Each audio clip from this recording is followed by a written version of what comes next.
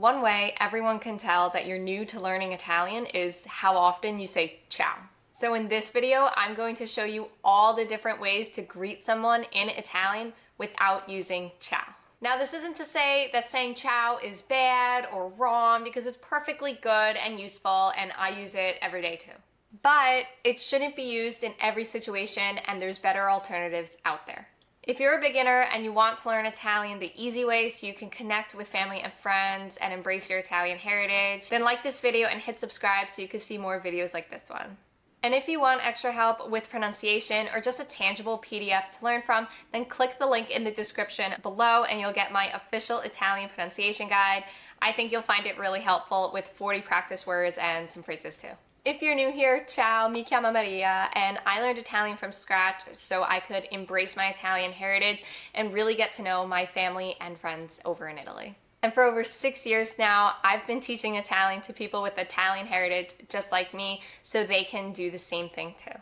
And so if that's something you want to be a part of, then just keep on watching. So ciao can mean hello or goodbye, and it's really only used in informal situations. This is a huge mistake I see among most beginners, and now you don't have to make it.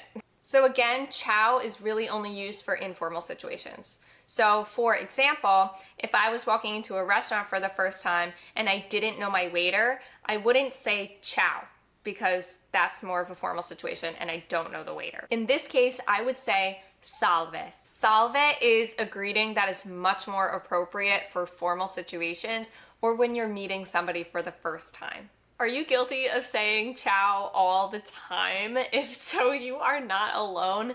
Let me know in the comments. I'm curious. Instead of ciao, it's also really common in Italy to hear buongiorno, buon pomeriggio, and buonasera as greetings. So since ciao can come off as really casual, I would recommend saying one of these depending on the time of day.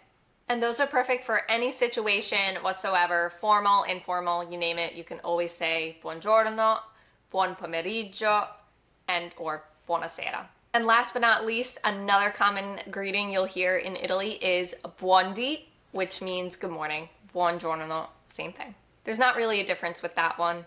Saying buondì will also really impress whoever you're speaking to, especially if you're just learning Italian. So again, using our example from earlier, if I was to walk into a restaurant and I was meeting my server for the first time, I could say buongiorno or I could say buondì, and it means the same thing, and both would be better than saying ciao. Ciao can also mean an informal goodbye. It's not just a greeting, it's also a farewell. So if you want a video on that and some examples, let me know in the comments and I'll get started on it. If you or someone close to you has Italian heritage and you want to become conversational with tips like these, then click the link in the description so you can fill out the application for a chance to work with me and my team inside the Italian Toolkit program. If you enjoyed this bite-sized video lesson and you want to keep going, watch my next video here.